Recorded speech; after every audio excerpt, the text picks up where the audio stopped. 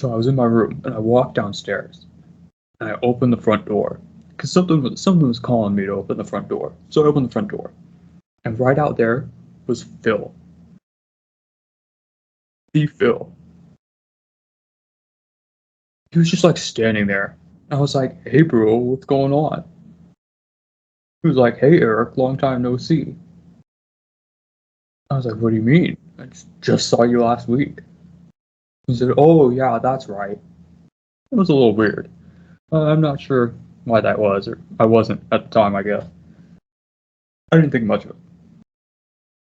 So it was at that moment that I looked at myself, and I noticed those targets from last week's experience, because the Callum God and the evil reptilians are targeting me. They were still in my body. I don't want the evil true reptilians to find me, bro. So I decided to do the same thing I did last time, and I shapeshifted into that same dragon from before, that big fluffy thing from many experiences ago, that embarrassing one.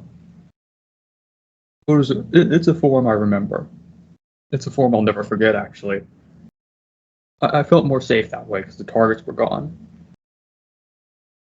I had to take a minute to get used to the body again, because having 4 legs and wings and stuff is still so weird. And Phil was all like, "Oh, you're a dragon now."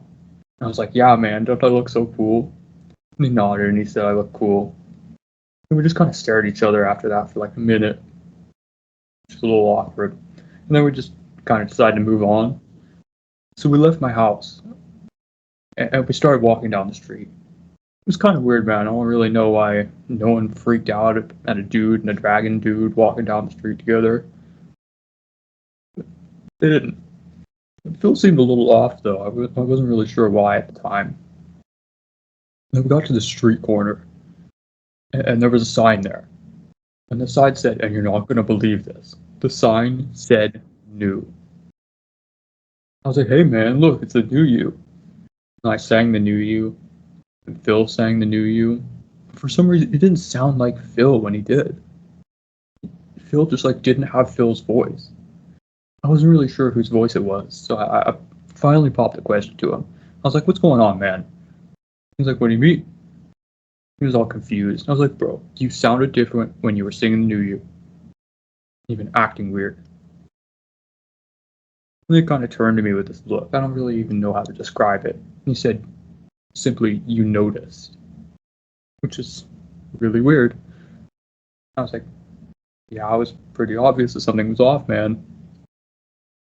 And then all of a sudden, he like shapeshifts into this older guy. It took me a minute, but I finally recognized him. It was that Paul Twitchell guy, the one I saw in an experience a while back. I was like, "Hey man, why did you pretend to be Phil?" He said something about seeing me how I naturally am. And I was like, "Oh man, this isn't really how I am naturally either. I'm not supposed to be a furry dragon, but I gotta hide from the Callum God." And he asked why I was being hunted, so I told him that whole story about taking down the Supreme Deceptor and Jeremy and all that. The burning new book library. He was like, "Yeah, that makes sense." Then the dude walked up to me and didn't say anything, but just like pet me on the head. I'm not gonna lie, it felt really good. So I sat down in this weird way with all those limbs, and the dude got a bit closer and pet me again, but more down my neck and back this time, and it felt even better. Then he was all like, "The boys will protect you, dragon, don't worry." And I started getting kind of tired in the experience, but like a really relaxed way, so I couldn't really think of a response. And I just fell asleep there and woke up in the physical and wrote down the whole thing. Well, isn't that cool? Good for you.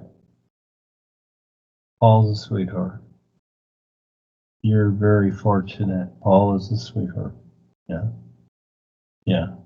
You notice. So, I can tell you many stories, but we've went a long time here. We're on over an hour and a half, but it's okay. I like talking to you kids. It's fun. Yeah, good for you. So again, they're there for you. And they're moving you along. And so again, yeah, see, Paul was at the door. He knocked on the door. In other words, Bill's your buddy, your best friend. And that's the idea of Paul. He disguised himself like Paul because you're buddies. You see, he's saying to you, I'm your buddy, I'm your best friend because I'm here to help you and protect you, and show you along. And so, and doesn't matter what you want to shape shift into or whatever, that's all fine. However you want to do it, it's your adventure, and that's all good.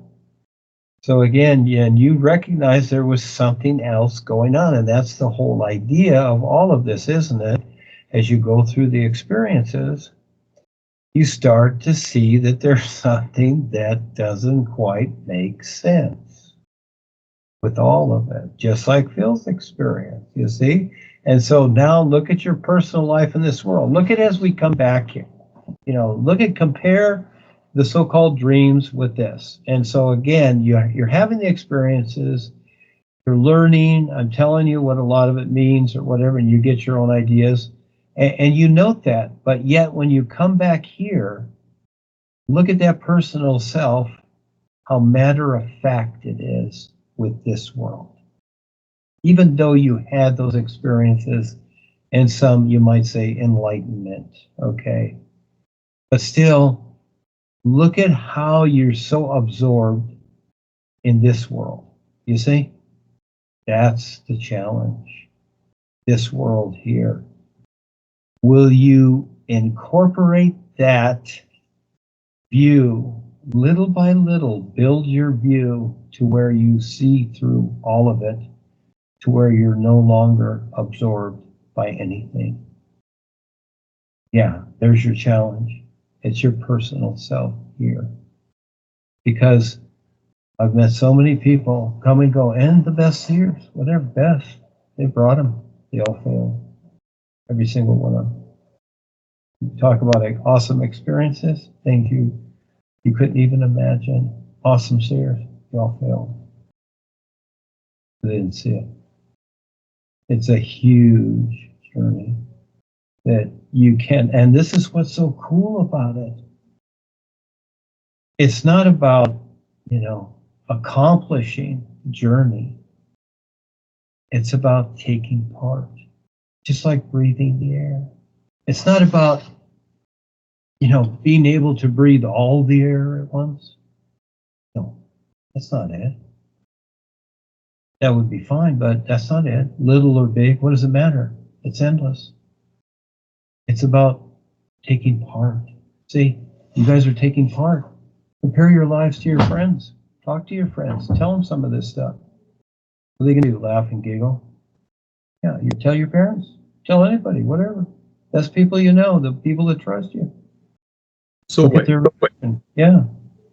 why was that Paul guy, Paul Twitchell, why did he pat me on the head? Well, he's proud of you, just like your dad would pat you. He's proud of you. This is different. This is down the long neck, in the back, and the head. He's taking out your tap lines. Is that what that is? Oh, wow. Because that's why you felt better. He's taking out your tap lines. They're invisible. He's taking them out. No, that makes sense. Yeah, that's why you felt better. There was a lady from Australia. She was really cool, but she got funny after a while. It was several years ago. She was really a cool lady. She owned her own business. Damn, that keeps happening. Yeah, I forget her name now, but she was a sweetheart. She was an older lady, probably about 50. And she came to the Skypes for a while, and I really liked her. And she did a video and put it on YouTube, and it was really good. She put it on Facebook. It was about 15 minutes long. And she told how so much of her life she'd been frustrated, angry, all these attitudes, etc. And then as she started doing the new you, and she didn't know what tap lining was or whatever, as she started to understand this and started to do the new you after a while, she felt her tap lines disappear. She says, I am living proof that tap lines are real. And that when my tap lines were you know, a lot of them are taken out. Of course, you still have some. We all have some. It's okay. That she felt so much better, and that the anger was gone, the frustration, and all this stuff. She said, I could really feel it. And from doing the new you and having the guidance, and she totally professed the things. But just like in Phil's experience, you know, she was fooled. And so someone disguised themselves as one of the guides, and she thought it was one of the guides because she swore that, oh, it is such and such, and so she quit. She was tested, she didn't see it, and so she quit. But she was a sweetheart. She was a sweetheart, yeah, but she didn't see it like, you know, Phil saw it and you saw through it too, etc. So you see that, and very few people see through these things, Phil and Eric. Very few see through it. They don't see through their personal stuff, and they get trapped by their personal stuff. And she reacted to that as to what supposedly happened, but she was fooled, and I couldn't talk her out of it, and so she left.